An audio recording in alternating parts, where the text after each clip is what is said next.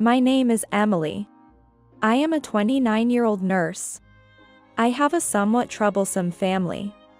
This family consists of my sister Erin, who turned 30 this year, and my mother, who is close to Erin. Despite being adults, they both seem to do nothing but play around. Emily, do you go to work every day? If you're not devoted to marriage hunting like me, you'll end up left alone. When I come home from work, my sister, seeing my tired face, says this to me. You can't save money if you don't go to work every day. What are you talking about? Dad is here too, so it's fine. My sister is a part-timer, working about 3 days a week at an apparel shop. And all her earnings seem to go on nails and fashion. However, she buys more than her part-time job can afford. So at those times, she takes my mother shopping with her. My mother is always soft on my sister, so she buys her everything. Literally, anything. My mother is a housewife, but since my father is an executive at a certain company, we have a decent income. Therefore, whenever my sister Erin says, "Buy this," my mother immediately purchases it with my father's money. I was never the kind of child who demanded everything. So I hardly ever asked my mother for anything. But my mother seems to have grown to prefer my sister, who is more demanding than me. Since I was too quiet, my mother says it's creepy to have such a quiet child. And a child who can't ask for things at times like this won't be able to get ahead in life. Now that I've grown up, I became a nurse, which is what I always wanted to do. And I work hard every day. However, my sister, who has developed a habit of being pampered, still lives at home, not moving out, doing her part-time job 3 days a week, and spending her time as she likes without contributing to household expenses. Both my sister and mother think everything is fine as long as my father is around. Seeing my sister insist that it's fine, I sighed. I think it's not good to rely only on Dad. You are older than me, sister. It's about time you learn to live on your own. In fact, I have been confided in by my father about a certain matter. That is, he has terminal cancer. He shared this with me, as I am a nurse.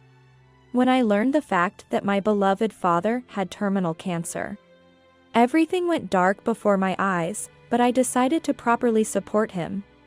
At that time, my father said he didn't want to tell my mother and sister about his illness. I didn't understand my father's thinking, but I accepted it, since that's what he wanted. Since it's not a distant future that my father will be gone, I wanted my sister to stand on her own feet. But there's no way she would leave the house because of my words. What's that? Why don't you leave this house instead? Just because Dad allows it, you're always hanging around at home. That's because I'm worried about Dad. I am anxious about what might happen to my father at any time. I came back home for the times of emergency. I came back for my father's sake, not to hang around at home like my sister. However, my sister and mother, who do not know about my father's illness, seem to think I came back to my parents' house because I'm lonely for being single and not having a boyfriend. Yes. Keep flattering Dad then. But you know, right? I've always been better at flattering than you. There's nothing left for you.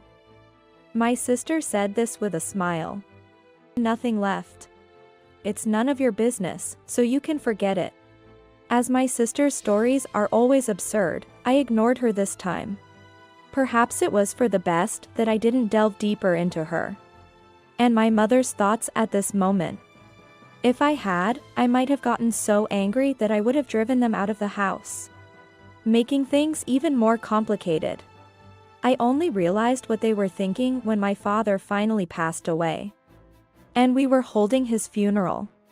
As I was wiping my tears with a handkerchief and attending the funeral, I noticed that my mother and sister had disappeared. Wondering where they could be, I found them outside the funeral venue. Thinking they were alone, they started talking. Now that Dad is gone, his inheritance will come to us. I can't believe we're getting $1,380,000.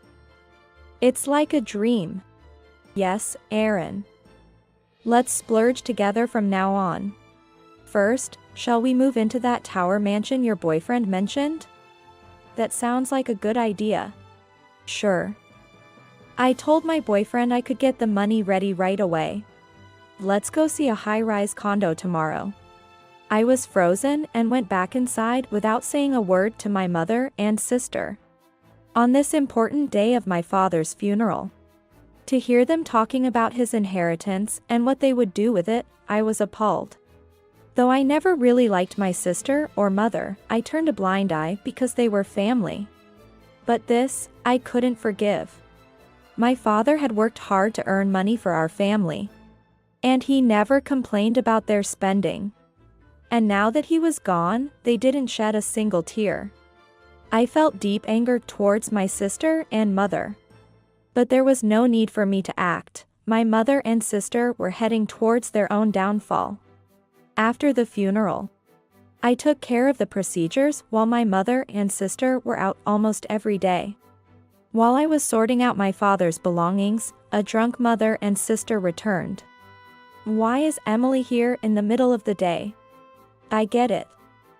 You've been fired, haven't you? You've never been good at getting by in the world, have you? In contrast, Aaron is really good at it. I made sure to promise your father to give all the inheritance to Aaron. And she has got a wonderful boyfriend now. We're going to live in a high-rise condo from now on. My mother bragged as if it were her own achievement. I wonder if it was the high-rise condo that was mentioned when they sneaked out the funeral and were talking together. My mother is a housewife, and my sister only works 3 days a week. How could they think of buying a high-rise condo? I doubt they could even pass the loan screening. Perhaps my sister's boyfriend will do something about it. While my sister and mother were energetic, I was exhausted from the grief of losing my father and the continuous procedures and cleaning. I wasn't fired, I was on bereavement leave. But I didn't have the energy to point this out to my sister and mother, who were high on alcohol. You won't get a single dollar from the inheritance? Serves you right. My sister said this, but I just ignored her, thinking, oh, really? I don't care about inheritance. I'm just so sad that my beloved father is gone. I'm not yet over my father's death to be happy about discussing his inheritance. Seeing me, my sister contemptuously said, a jobless person without a boyfriend is just pathetic. I don't ever want to be like you. Indeed, my sister and I will probably never understand each other. This incident made me dislike her even more. And I doubt she or my mother ever really cared for me. I don't want to be like you either, sister. I found myself saying those words unintentionally. Hearing this, my sister Erin and my mother glared at me, their faces reddened with alcohol. How dare you speak to your sister like that? You really are a terrible sister. I shouldn't have thought of another child after Erin. It seems my mother wishes she never had me. Knowing that my own mother dislikes me really hurts. But then, Erin added insult to injury. Are you hurt by that? Too bad. No one cares about a boring person like you. You'll spend your whole life without comfort. What a lonely life. As a NET, no man will ever look your way. And you, sister, seem like you can't do anything without a man. Now that Dad is gone, can you really manage to live properly? Wah. Of course I can. Don't be so cheeky, you NET. Unlike you, I'm popular with men, so I'll never struggle in life. I was taken aback by my sister's words. My mother, too, seemed to have never worked, always relying on my father's earnings. It's likely that if my sister ever gets married, she'll end up completely dependent on her husband, just like our mother. I felt sorry for any man who would have to take care of my sister. Well. If that's what you think, good luck with that. My mother laughed at my words, apparently thinking they were just bravado. Stop putting on airs, will you? But it's too late for an apology now. You've insulted Aaron too much. I no longer consider you part of this family. Pack your things and leave right now. Hearing this, my sister, who had been angry at my words, now smirked at me along with my mother. Actually, we don't need this house. So, we've decided to sell it and move. We've even contracted a 55th floor apartment in a high-rise condo. So, you, the NET, need to get out. I sighed. How can you and Mom do such things? You've lived as you pleased all this time. It was only tolerated because Dad was here. How can you not be thankful, or even sad, when Dad passed away? My words left my mother and sister speechless. But, you know, Dad told me to work, right? Even without working, Dad's money was enough for us to live well. Aaron must be talking about Dad's inheritance.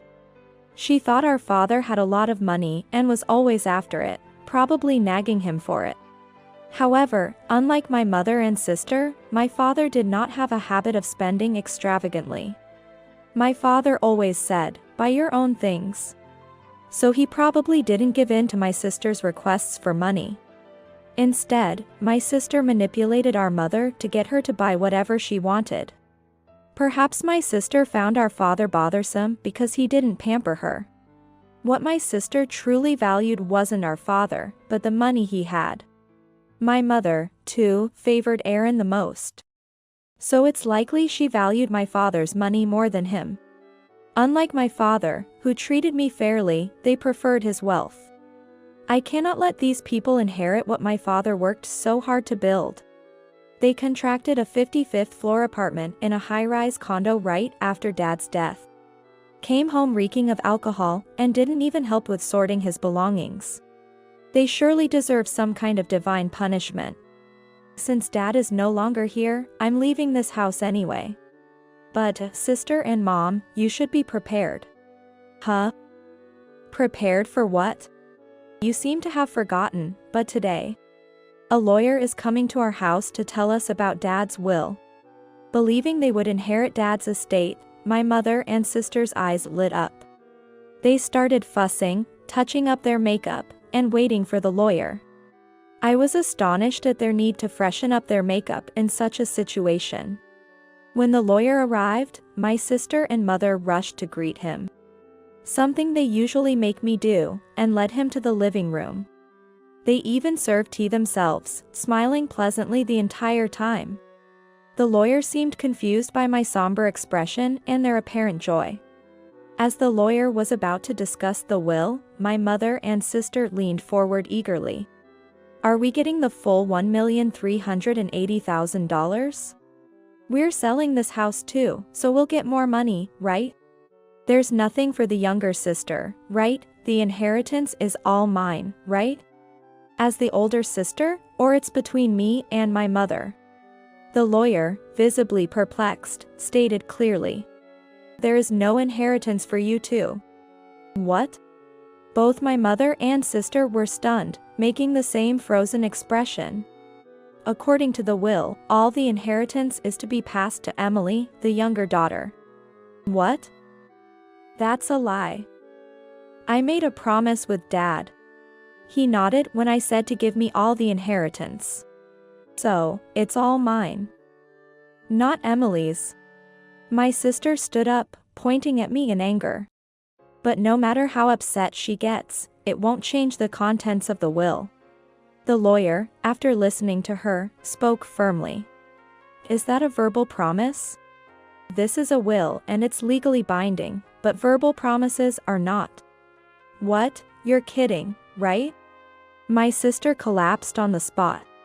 My mother must have believed my sister's claim about securing the inheritance from our father. She turned pale. But then, she glared at me. What kind of a way did you use to flatter your dad? Even if we didn't get all of it, Aaron and I should have received some of the inheritance. It's absurd that only you get everything. My sister joined in, glaring at me too. Exactly. You must have used some illegal method. You threatened Dad into writing that will. I can't forgive you for this. I sighed deeply. It wasn't me threatening Dad that led him to leave the inheritance solely to me, but my sister's actions. I had heard my father say he wouldn't leave his estate to my sister and mother. My sister had even demanded that he leave the inheritance only to her. She insisted that if not solely to her, then at least to her and our mother. They both wanted to ensure that I wouldn't receive any part of the inheritance. But that's when my father decided. Unlike them, who showed no concern for him and were only interested in his money, he wanted to leave his estate to me, who cared for him and reluctantly returned to a home I didn't want to come back to. Dad decided not to leave the inheritance to you too because you neglected him. Can't you understand that? But, Emily, can you really handle such a large sum of $1,380,000 all by yourself? Managing such a huge amount alone is dangerous. As your mother, I should manage half of it for you. Seeing my mother trying to cozy up for the money, I felt a chill. My mother, who had always thoroughly disliked me, suddenly approached me with a soft tone. I instinctively distanced myself from my sister and mother. When I said, "Don't come any closer," both my sister and mother listened quietly. They had turned even paler when the lawyer told them that this house would also belong to me. After the lawyer left, I quickly packed my things. Well, you two have the apartment in a high-rise condo, right? I'll be selling this house soon, so you'll need to leave, I said before rushing out ahead of them. I just returned to the apartment I had rented for living alone. However, I haven't told my mother and sister where I live, so they probably don't know my whereabouts. Soon after, my sister called me, crying. "Help me, Emily. I've been deceived." Deceived? My boyfriend, John, tricked me. He said there's an available room on the 55th floor of a high-rise condo, and if I could give him $34,500 immediately, he'd agree to sell it. Just hearing a bit of her story, I was exasperated. So this was what she meant by buying the apartment. I was appalled as my sister continued her story of divine retribution. John said he wanted to live in that high-rise condo room once we're married. He really wanted to buy it, but he said he couldn't prepare the money right now.